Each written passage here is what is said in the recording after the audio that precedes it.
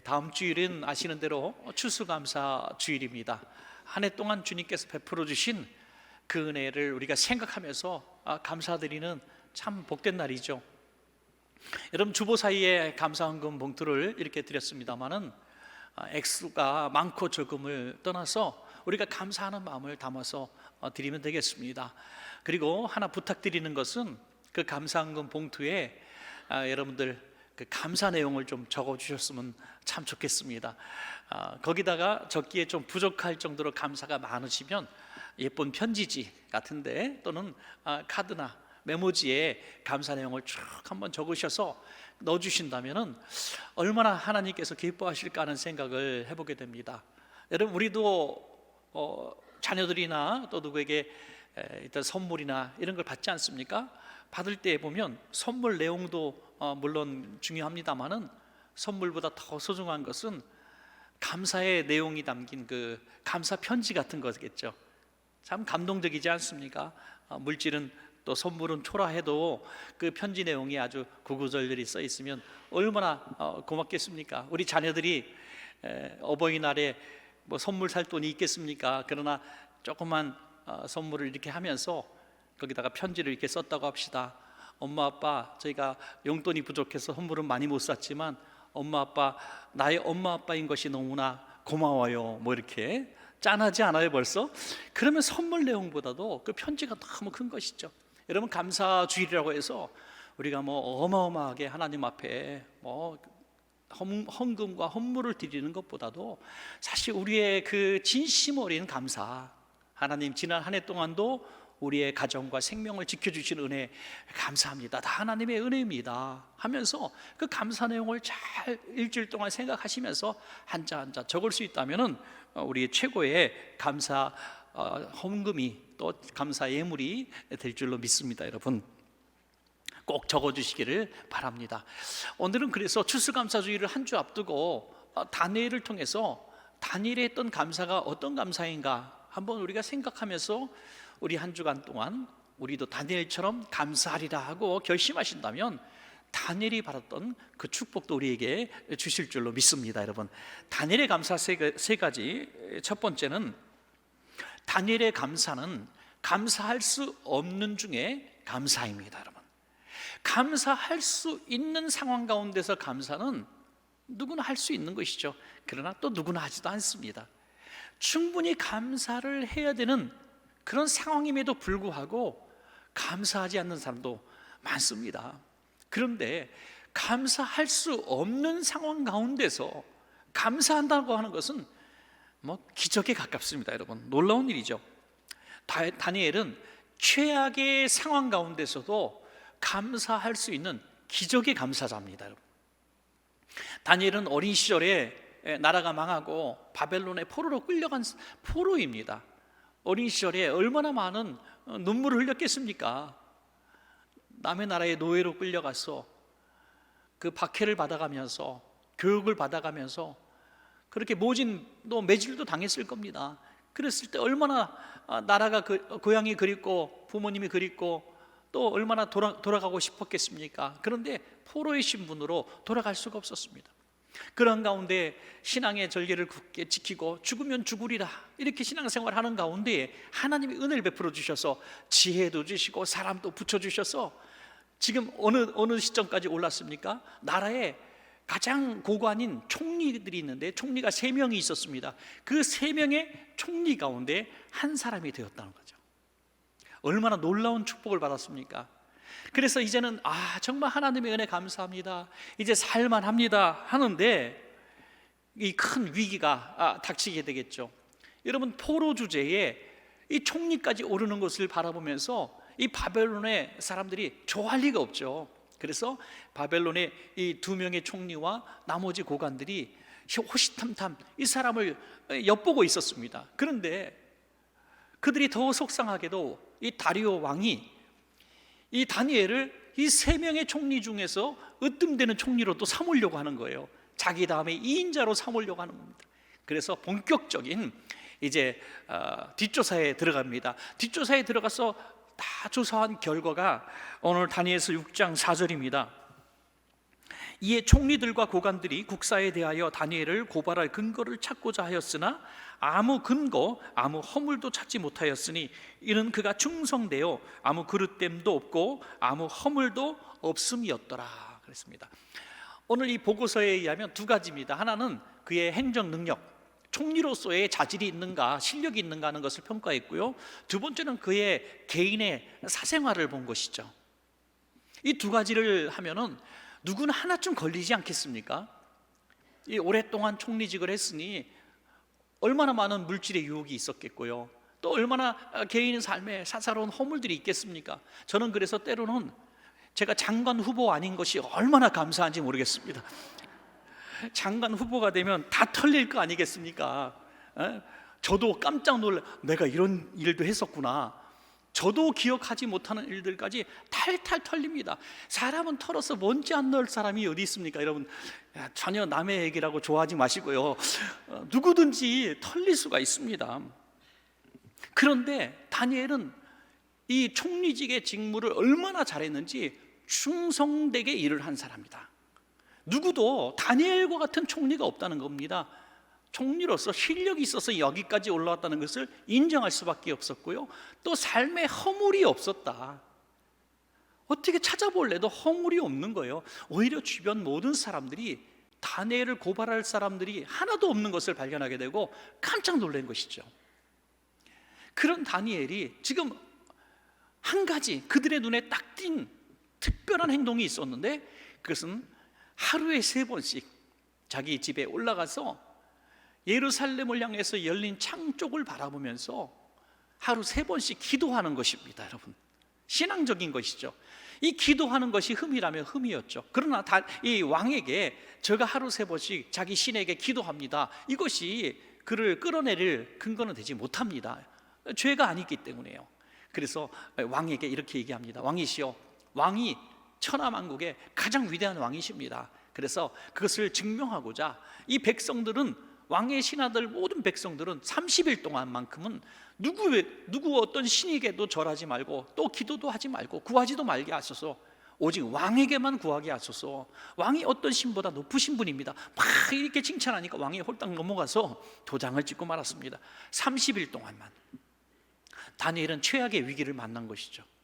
어린 시절부터 주마등같이 흘러갔을 겁니다. 이 고생을 해서 총리가 되었고 이제 가장 높은 2인장까지 올라가는 그 순간에 기도 한번 잘못하면 나락으로 떨어지고 사자굴에 들어가 사자밥이 되게 되었으니 얼마나 최악의 상황입니까? 우리가 보통 그런 상황에 기도하면 이렇게 기도하지 않겠습니까? 하나님, 이 위기에서 건져주시고 저 함정을 판 악한 무리들이 정체가 다 드러나게 하시고 하나님 그들을 벌하여 주시옵소서. 하나님 살아계신 것을 보여주시옵소서. 이게 지극히 당연한 기도잖아요. 다니엘은 어떤 기도를 했습니까? 다니엘서 6장 10절입니다. 예배하면서 우리 같이 한번 읽으셨습니다만은 다시 한번 읽겠습니다. 6장 10절 시작. 다니엘이 이 주소에 왕의 도장이 찍힌 것을 알고도 자기 집에 돌아가서는 윗방에 올라가 예루살렘으로 향한 창문을 열고 전에 하던 대로 하루 3번씩 무릎을 꿇고 기도하며 그의 하나님께 감사하였더라. 아멘. 감사하였더라. 적을 멸하여 달라는 기도 내용이 없습니다. 나를 지켜달라는 기도의 내용도 없습니다. 이 억울함을 풀어달라는 내용도 없습니다. 감사하였더라. 여러분, 그래서 우리는 이 신앙인의 감사의 정의를 새롭게 해볼 필요가 있습니다. 사전적 의미는 감사는 뭔가 받았을 때 살해하는 게 감사다, 이렇게 나와 있습니다. 그러나 신앙적 의미의 감사는 무엇을 주셨을 때만 하는 것이 아니라 최악의 상황 가운데서도 감사하는 것입니다. 여러분, 최악의 상황 가운데서도 충격적인 감사죠. 여러분, 그러나 우리 주변에서도 이런 감사하는 분들을 쉽게 만나볼 수 있습니다. 제가 우리 성도님들의 2가지 예를 드리겠습니다. 제가 만난 분들이죠. 물론 한 분은 너무 큰 질병으로 고통을 받고 있음에도 불구하고 그 전에 없던 질병이 생겨서 고생함에도 불구하고 늘 그의 입술에는 이런 고백이 있습니다. 이 질병을 통해서 하나님의 은혜를 깨닫게 하신 것이 감사합니다 하는 거죠. 그게 감사할 일입니까? 그런데 이 질병을 통해서, 질병이 없었더라면 몰랐을 하나님의 은혜를 알게 하셨으니 질병을 주셔서 감사하다는 거예요. 너무 놀라운 감사의 수준인 것이죠. 또 한 성도님의 얘기를 드리겠습니다. 2부 때 2부 성도님이 나오셔서 막 눈물을 흘리면서 가더라고요. 본인 얘기한 거 알고. 이 성도님은 횡단보도를 건너시는데 차가 와서 자신을 쳤습니다. 몸이 붕 떠서 한참 멀리 떨어졌어요. 보통 사람이면 죽었을 거예요. 여성분입니다. 그런데 그 기절을 했죠. 물론 기절을 하고 한참 후에 병원에서 깨어나셨는데 오랫동안 수개월 동안 물리치료와 병원 치료를 받았습니다. 그런데 그 병원에 갔더니 감사하다는 거예요. 아니 횡단보도 건너다가 그 부주의한 운전자에 의해서 몸이 그렇게 떠서 목숨이 위태로운 상황이고 온몸이 다 여러 가지 뭐 고통을 받는데도 왜 감사하냐 했더니 두 가지 감사하는 거예요. 하나는 그런 끔찍한 상황 가운데서도 치명적인 불구가 되지 않게 하시고 생명을 지켜주셔서 감사하다는 거예요. 불구가 안 되고 죽지 않아서 감사하다는 거예요. 두 번째 감사는 가해자가 아니라 피해자여서 감사하다는 거예요. 내가 가해자였으면 얼마나 마음의 양심이 아프고 힘들고, 근데 피해자니까 내가 용서하니까 좋더라는 거예요. 용서하니까 괜찮아요. 당신도 실수했으니까. 그리고 얼굴이 해처럼 밝은 거예요. 그 고통스러운 물리치료를 받아가면서 지금은 건강하게 태어나셔서 예배도 드리시는데 그 증거로 이 사고 보상금을 받은 매우 큰 액수를 하나님 앞에 태어나는 날 감사헌금으로 드리셨습니다. 여러분, 이게 바로 최악의 상황 가운데서 감사하는 사람의 모습 아니고 무엇이겠습니까, 여러분? 어떻게 그럴 수가 있을까? 이런 최악의 상황, 갑자기 닥친 시련, 이해할 수 없는 고통 가운데서 감사를 할 수 있는 사람은 저는 이렇게 생각합니다. 과거에 그런 감사를 통해서 받은 축복이 있음을 그는 기억하기 때문입니다, 여러분. 그런 최악의 상황 가운데서 원망하고 불평한 결과는 전혀 나아지는 삶이 아니지만 그런 최악의 상황 가운데서 감사했던 사람들은 그 감사가 놀라운 기적의 열쇠였다는 것을 그는 기억을 통해서 알고 있는 것입니다, 여러분. 과거를 통해서 알고 있는 것입니다. 그래서 이 감사할 수 없는 중에 감사는 축복의 문을 여는 열쇠가 되는 줄로 믿으시기 바랍니다. 그래서 야고보 사도는 우리에게 누누이 이렇게 말씀하시는데 이 말씀이 전에 이해가 되지 않았지만 고난 중에 감사했을 때 주어지는 축복을 경험한 사람은 이 말씀이 믿어지는 거예요. 자, 야고보서 1장 2절에 내 형제들아 너희가 여러 가지 시험을 당하거든 온전히 기쁘게 여기라. 야, 시험이 왔어, 고난이 왔어요. 와, 감사하다는 거예요. 왜냐하면 이 감사를 통해서 이후에 찾아올 하나님의 축복이 있다는 것을 확실히 경험을 통해서 믿기 때문입니다. 제가 그래서 이렇게 한번 문장을 만들어 봤어요. 고난 중 감사는 하나님의 기적을 경험하는 가장 빠른 길입니다. 다시 한번요. 고난 중 감사는 하나님의 기적을 경험하는 가장 빠른 길. 고난 중에 기적을 경험하기 위해서 우리는 여러 가지 방법을 택하고 기도가 최선이라고 생각했습니다. 하나님 이 문제 해결해 달라는 것이 간절한 기도가 최선인 줄 알았는데 놀랍게도 감사가 기적의 열쇠라는 거예요. 다니엘은 그런 줄 알면서도 최악의 상황 가운데서 감사하였더라. 그것이 사자의 입을 봉하고 사자굴을 여는 비결이 된 것입니다. 바울과 실라 얘기를 누누이 듣지 않았습니까? 죄 없이 감옥에 갇히고 메르지를 당했지만 그곳에서 감사하고 찬양하고 기도하니까 지진이 일어나고 옥문이 열린 것입니다. 가장 빠른 응답을 받은 것입니다. 고난 중에 계십니까? 최악의 상황 가운데 계십니까? 다른 어떤 방법보다 오늘 말씀이 믿어지신다면 하나님 앞에 다니엘의 감사를 배우셔 한번 감사로 한번 나아가시기를 주의 이름으로 축복합니다, 여러분. 두 번째로 다니엘의 감사는 받은 은혜를 족한 줄로 아는 감사입니다, 여러분. 지금까지 하나님의 은혜로 살아왔다는 것이 믿어지기 때문에 그 은혜를 이제 거둬가시는 그때가 된 것을 알고 하나님, 지금까지 산 것이 다 하나님의 은혜인데 하나님이 부르시면 가야죠, 이런 생각을 한 거죠. 그래서 저는 늘 생각했지만은 우리가 뭘 바라보냐, 여기에 차이가 있는 것 같습니다. 우리가 과거에 주신 은혜를 집중하고 계속 되뇌이는 분들이 있어요. 그리고 어떤 분은 아직 이루지 못한 것들을 계속 말씀하시며 아쉬워하는 분들이 있어요. 여러분은 어떤 분이십니까? 제가 어떤 성도님을 만났다고 합시다. 이 성도님은 계속 얘기하시는데 저는 처음 듣는 줄 알고 또 얘기하시네. 제가 한 번만 더 들으면 100번 듣는 얘기거든요. 계속 10년 전에 또는 20년 전에 하나님께서 베푸신 은혜를 계속 얘기하시는 거예요. 제가 스토리 다 외워버렸어요. 그런데 또 얘기하고 또 얘기해요. 그분은 과거에 받은 하나님의 은혜, 한 번 경험한 은혜를 가지고 평생 그냥 살아가시는 힘을 얻는 것 같아요. 어떤 분은요, 아직 이루지 못한 하나의 소원을 얘기하면서 하나님 그거 안 들어주시는데 왜 안 들어주시는지 모르겠다고, 하나님은 도대체 살아계신지 안 계신지 모르겠다고 하면서, 그것도 100번, 한 번만 더 들으면 100번째 듣는 말인데 계속 얘기하는 거예요. 그래서 이런 결론을 내립니다. 얻지 못한 것을 바라보면 불평하지만 받은 것을 바라보면 감사가 나온다는 것입니다. 여러분, 얻지 못한 것 계속 바라보는 사람은 감사할 시간이 없습니다. 왜냐하면 계속 불평이 있기 때문에. 왜? 우리는 평생 이루지 못할 것들이 계속 있기 때문이죠. 그러나 받은 은혜에 감사하는 사람은 어떠한 상황 가운데서 계속 감사할 수 있습니다. 왜냐하면 과거형이기 때문에, 이미 받은 거기 때문에. 여러분, 다니엘은 이민 간 게 아니라 포로로 간 것입니다. 얼마나 힘들었을까요? 1960년대, 70년대 또는 80년대에 많은 이민 러시가 있었지 않습니까? 그래서 지금 미국에 가보시면 지금 이민 가거나 하시는 분들의 수준은 그때랑 전혀 다른 상황이죠. 그때는 정말 이 땅에 먹고 살 게 없어가지고 어떻게 좀 잘 살아보려고, 또 애들 교육 좀 시켜보려고 그냥 이민 가신 분들이 대부분이지 않습니까? 가서 이민사 얘기를 들어보면 눈물 없이 들을 수가 없더라고요.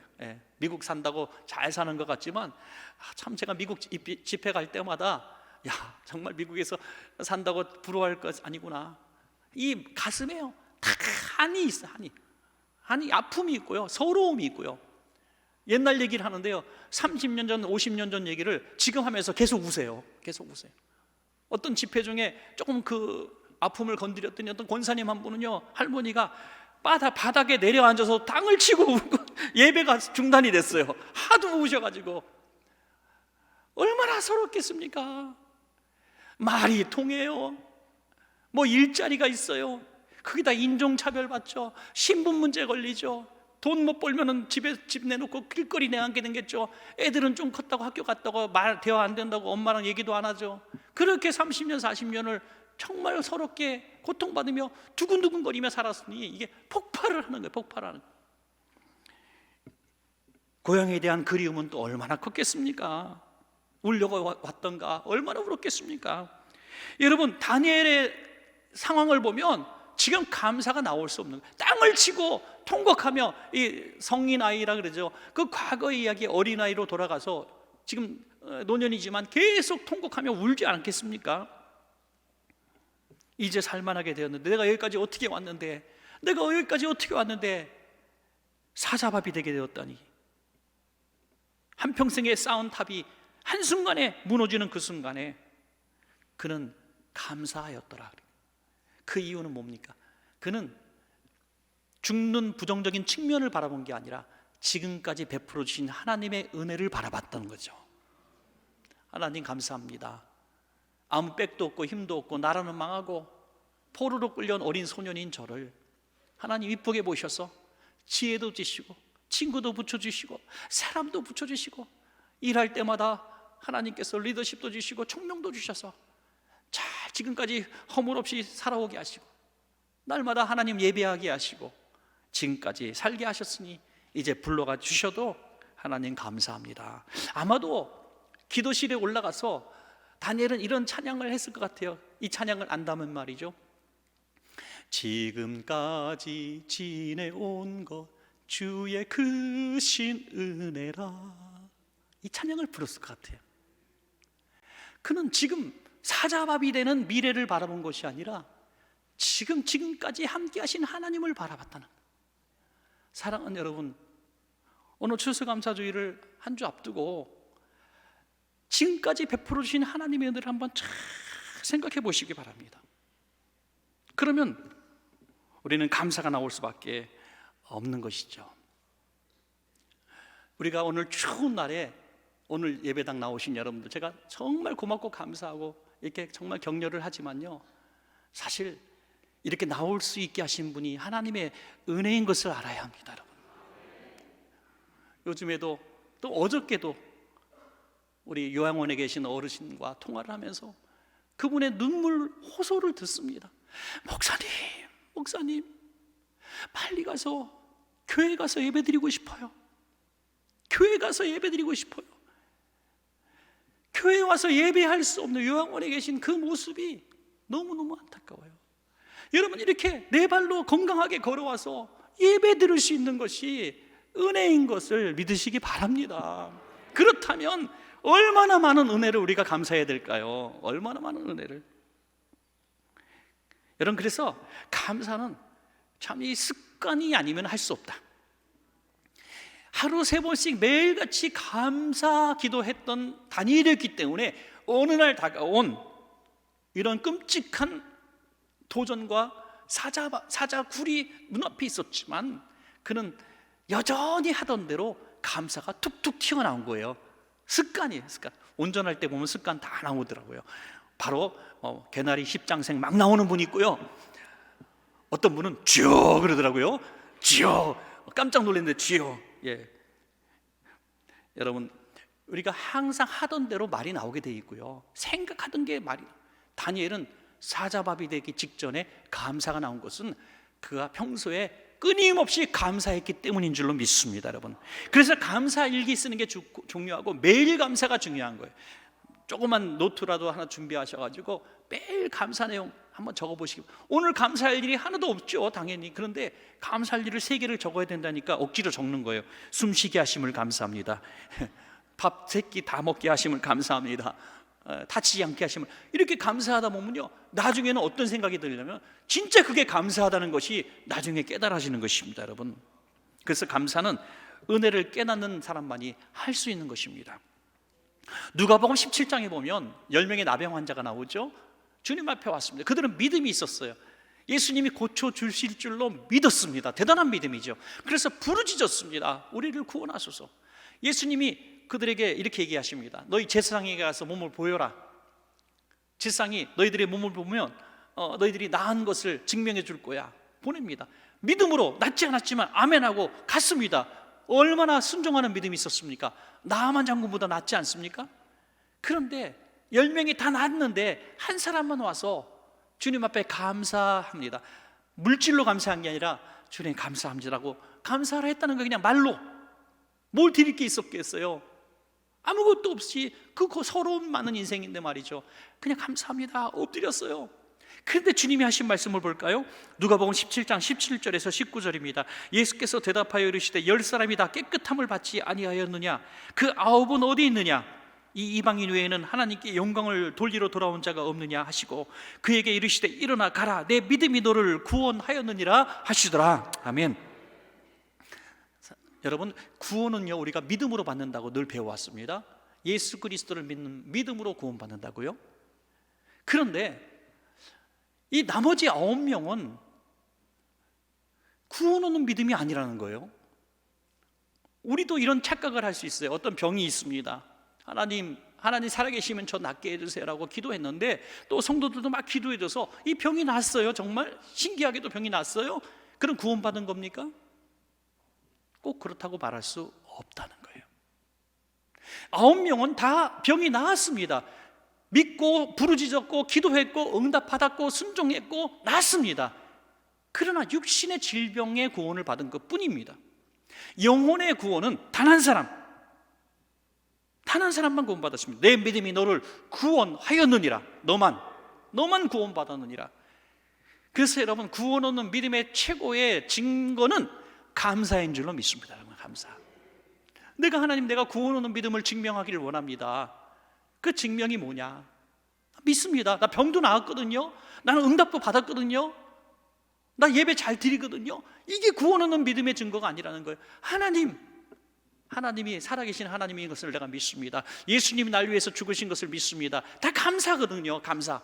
예수님 때문에 내가 살았습니다. 예수님 때문에 내가 구원받았습니다. 예수님 때문에 하루하루 살아가고 있습니다. 감사합니다. 이게 구원 얻은 자의 감사 고백인 줄로 믿습니다, 여러분. 그런 사람은 하나님이 어느 날 다 빼앗아 가셔도 낙심하거나 원망하지 않아요. 왜냐하면 주신 분도 하나님이시고 거두신 분도 하나님인데 누구를 원망하겠습니까? 잘 지금까지 쓴 것에 대해서 고마운 것이죠. 자, 욥이 어느 날 자식도 다 잃어버리고 재산도 다 잃어버리고 아내는 저주하고 떠나고 친구들도 자기를 오해하고 있는 상황 가운데서 욥은 어떻게 하나님 앞에 나아갑니까? 욥기 1장 21절에서 22절입니다. 이르되 내가 모태에서 알몸으로 나와 싸운즉 또한 알몸이 그리로 돌아가올지라. 주시니도 여호와시오 거두시니도 여호와시오니 여호와의 이름이 찬송을 받으실지니이다 하고 이 모든 일에 욥이 범죄하지 아니하고 하나님을 향하여 원망하지 아니하니라. 아멘. 얼마나 놀라운 고백인지 알 수가 없습니다. 어떤 상실함이 앞으로 있게 된다 할지라도 늘 감사했던 사람들은 감사하게 되고요, 늘 하나님의 은혜 속에 살았음에도 깨닫지 못하고 감사하지 못한 사람은 조금만 시련과 환난이 오면 하나님 나한테 왜 이러십니까? 라고 말할 수밖에 없다는 겁니다. 사랑하는 여러분, 감사하며 사는 사람 행복하지 않습니까? 앞으로는 계속 받은 은혜만 생각하시고 받은 은혜만 계속 되뇌이시면서 어떤 상황 앞에서도 지금까지 베푸신 하나님 은혜 감사합니다라고 고백할 수 있는 행복한 성도님들 되시기를 축원합니다. 자, 마지막 세 번째는요, 다니엘의 감사는 사명자의 감사입니다. 저는 오늘 설교 준비하면서 새롭게 발견한 부분이고 너무 기뻤습니다. 다니엘의 감사가 왜 사명자의 감사일까 하는 것이죠. 다니엘은 포로 생활하면서 자기가 나라와 민족을 위해서 할 수 있는 아무것도 없었습니다. 아무리 고관대작이 되었어도 역시 적국입니다. 적국. 자기 나라를 망가뜨리고 자기 부모 형제자매를 다 죽인 국가입니다. 그곳에서 공무원을 하고 있어요. 할 수 있는 일이 뭐가 있겠습니까?